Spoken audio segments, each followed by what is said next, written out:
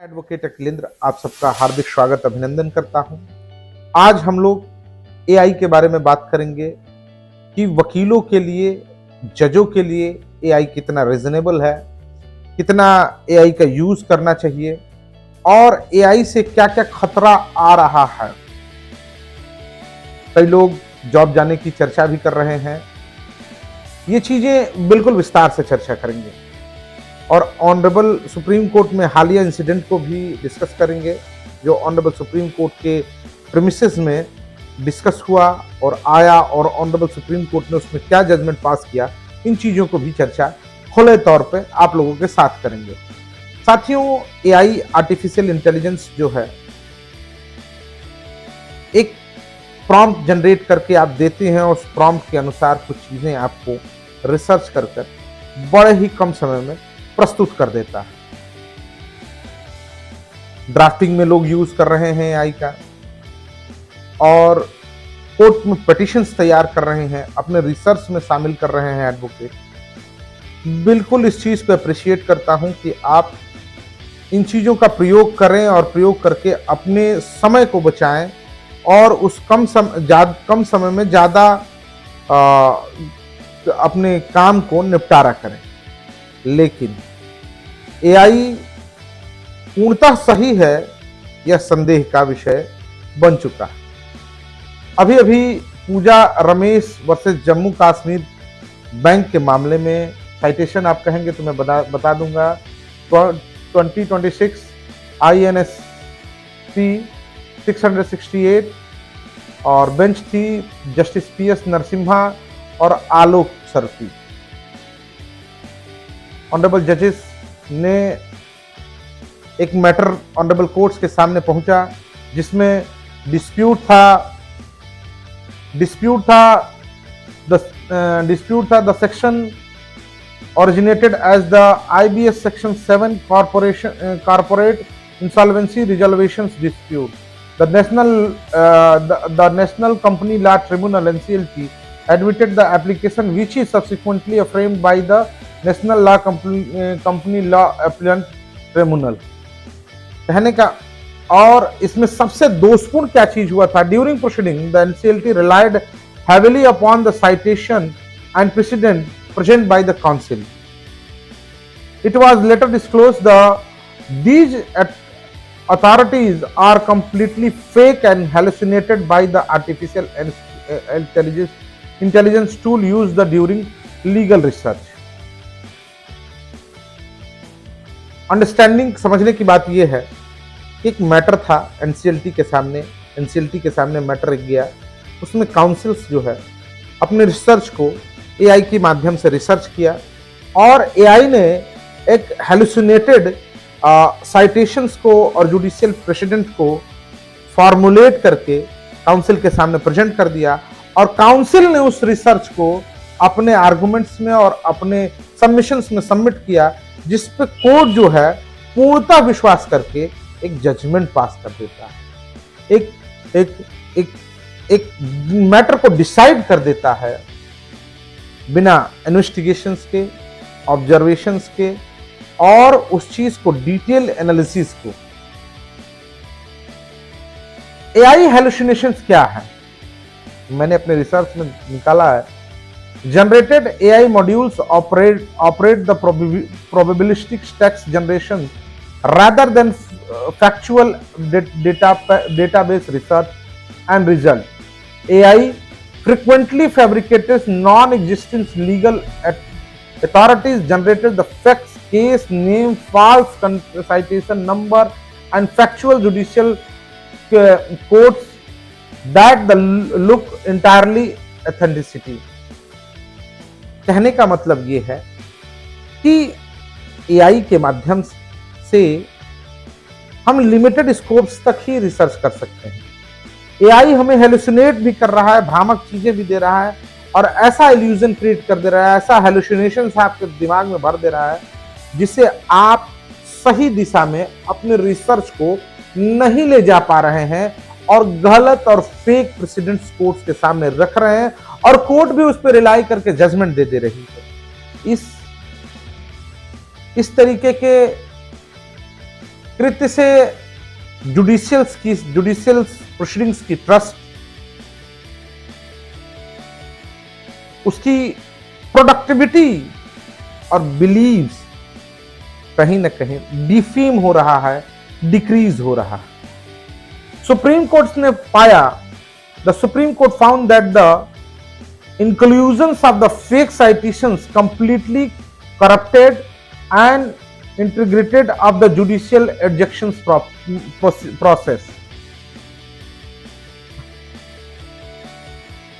Supreme court ने पाया कि वो जुडिशियल प्रोसेस जो मैं कह रहा था, जिस बात को सुप्रीम कोर्ट ने कोट किया था, उस चीज को मैं बिल्कुल आप लोग के सामने रख रहा था कि वो फेक जुडिशियल प्रेसिडेंट्स, वो फेक रिसर्च, वो गलत केस जो था ही नहीं अस्तित्व में, उस तरह की कहीं भी चर्चा किसी भी फोरम पे नहीं हुई थी, उस तरीके का हेलुसिनेशन एआई ने बनाया। जुडिशियल प्रोसीडिंग्स के दौरान काउंसिल ने प्रेजेंट किया और बीइंग अ ट्रिब्यूनल के जुडिशियल अफसर्स ने उस पर जजमेंट पास कर दिया। कहने का अर्थ है कि AI must strictly remain the accessory tools. Technology cannot replace the human judgment. Human must retain absolute control over the final discussion making the process. हम किसी तरीके से AI पे पूर्णता निर्भरता नहीं ला सकते हैं जुडिशियल सिस्टम। ये can be possible, they could be help, but they we not depend on the completely on the technology. Technology is only helping tools which is help to design a modules, design a draftings, but they cannot make the citations, they cannot decide the judgments case. Because कहने का मतलब short और मोटे तौर पे ये है कि AI जो है ह्यूमन को रिप्लेस नहीं कर सकती। निर्णय जो होता है बुद्धि के आधार पे, भाव भंगिमा के आधार पे, साक्ष्यों का एवेल्युएट करने के आधार पे होता है। जजमेंट 2 दुना 4 नहीं होता है, कभी 2 दुना 5 भी होता है और 2 दुना 3 भी होता है। तो कहने का तात्पर्य यह है कि जजमेंट्स देने के लिए एक जुडिशियल माइंड्स होनी चाहिए। We can not depend on the AI because if you discuss a case, if you argue a case, you must be evaluate the evidence, circumstance and laws. 3 aspect is necessary to discuss in every judgment, but unfortunately when you produce the document before on the platform of AI cannot be make a proper judgment.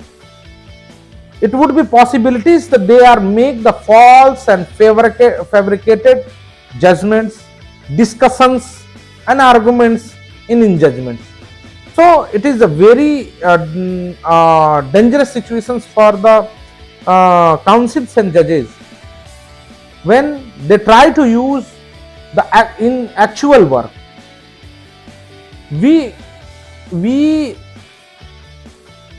would like only like tools which is helping in our research, but when we found the research on site, then it is necessary to we verified the research, these particular case laws, these particular facts, these particular paragraph which is made by the AI, we verified and researched they could be reliable or not.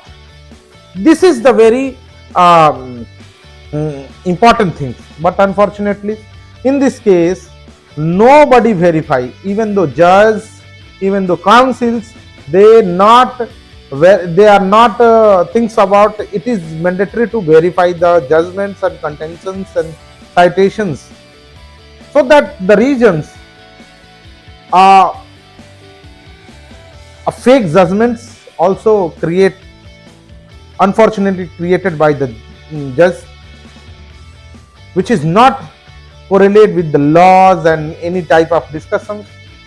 Now the Supreme Court declared the strict policy of zero tolerance of the fake AI generations. Precedents in the Indian justice system. इन चीजों को focus करते हुए supreme court ने decide किया कि नहीं, we are not tolerate, हम इस चीज को हल्के पने में नहीं लेंगे, बहुत गंभीरता से लेंगे और फेक प्रेसिडेंट्स प्रोड्यूस करने के खिलाफ कार्रवाई भी करेंगे। और इस तरह के साइटेशंस अगर एआई से जनरेटेड आते हैं तो वो रिलायबल नहीं है, उसको अप्रिशिएट नहीं किया जा सकता। क्या है अधिवक्ता की duty? What is the advocate duty और व्हाट इज द जज ड्यूटी? प्राइमा फेसी अब ये ऑब्लिगेशंस हैं कि we are provide the right citations, we are provide the actual database from suppose that we have research in this book which is IPC, and we found the one citation and judgment about the some topic, and then after we would check out on this rulings books, then I have found that judgment in the books, and then after we produce before the court, means that I have properly researched the judgment through these books, and this book also connect with the actual database of the high courts and supreme court, which is discussed before the courts, actual citations, actual case, actual discussions, actual judgments. Means that if you produce any citations, any judgments, any thoughts which is originally original form, means that orders, judgment, actual performed by the courts when that case was heard that time, means that ethical duty ensure the technology convenience does not compromise the accuracy of legal representation. Technology could help in our research, it would be possible, it would be help in our legal research, legal draftings, but it is not accurate. Which one is clarifying that research is accurate? It is our duty, being a council, we verified, we researched these paragraphs, these citations is actual, which is also in research actual database. What is the duty of judge? Court must be independently verified the authenticity of the all authorities cited before the incorporated them into judgment. अगर कोई judgements, courts कोई judgements दे रही है, उसमें जो कोई citations दे रही है, they could not rely upon on the only research which is done by the AI. It is must be that research is correct, accurate. Then after he mentioned in judgments, judge cannot passively accept the citations, the integrity of the objections reset earlier on the verified truth. कहने का मतलब ये है कि बतौर न्यायाधीश आपकी ये प्राइमरली ड्यूटी है कि जो जजमेंट्स कोर्ट्स करिए जा रहे हैं उस कोर्ट्स को आप वेरीफाइड करेंगे, उस रिसर्च के ओरिजिनल फॉर्म को पाने की कोशिश करेंगे कि ऐसी चीजें कहीं थी या नहीं थी कि कोई फेक जजमेंट्स प्रोड्यूस किया गया है। इसके खिलाफ एआई के खिलाफ बीसीआई ने भी, इस तरीके की एक्टिविटी के खिलाफ बीसीआई ने भी कमेंट, बीसीआई को भी डायरेक्शन ऑनरेबल सुप्रीम कोर्ट ने किया। क्या डायरेक्शन किया भाई? The supreme court directed the BCI the formulate the comprehension regulatory guideline and establish the disciplinary mechanism to penalize the practitioner who submit the unverified AI hallucinated citation. कहा, इस judgements में ही कहा supreme court ने, honourable supreme court ने कहा किसको? BCI को, Who is the BCI? BCI is our regulatory bodies and our mother bodies. You would be made a guideline for the advocates who also use the AI, and if they produce the fake AI generated judgments, can be punished by the bar councils with the guidelines. अब इस चीज में honourable supreme court के सामने ही नहीं, ये पूरे विश्व भर में एक समस्या है, एक व्यापक समस्या है, और इस तरीके के प्रेसिडेंट आने पे कई कोर्ट्स ने उन काउंसिल्स को पेनलाइज भी किया है, लाइसेंस दीवार भी किया है। क्या हुआ इस केस में?